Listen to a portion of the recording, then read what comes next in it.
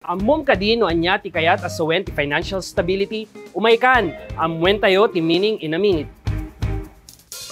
May sa kadagiti kang runaan nga mandar ti Bangko Sentral ng Pilipinas, ti panang maintenar ti financial stability. Financial stability ti maiyawag iti sasaaden no sa dinno dagiti manamnama arisgo wenno peggad ket na isaganaan tapno maintenar iti natibker ken naurnos ti sistema pinansyal ken ekonomiya iti pagilyan.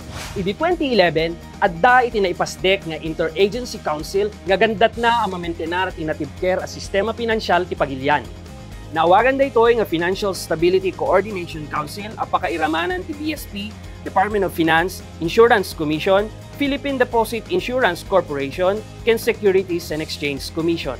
Laglagipen, agtutunos tinaurnos a sistema pinansyal na tibker a presyo ti magatang ken nalaing natalged ken mapagtalkan a proseso ti panagbayad para iti agtultuloy nga panagduruas ti ekonomiya ti pagilyan ken panagsayaat ti kabibiyag dagiti Pilipino. Ket dayta ti meaning to financial stability in a minute.